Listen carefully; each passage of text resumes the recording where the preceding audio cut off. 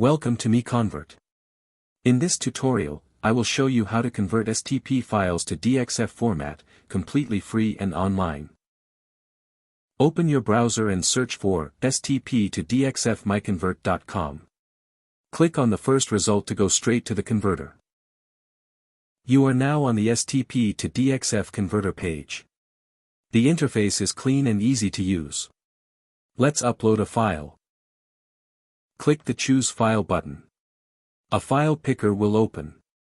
Select the STP file you want to convert, then click Open. Your file is loaded and ready. You can see the file name, size, and destination format. Click Convert now to start the conversion. The conversion is in progress. You can see the progress bar moving. This usually takes just a few seconds. Done. Your file has been successfully converted. Click Download to save the DXF file to your computer. That's it.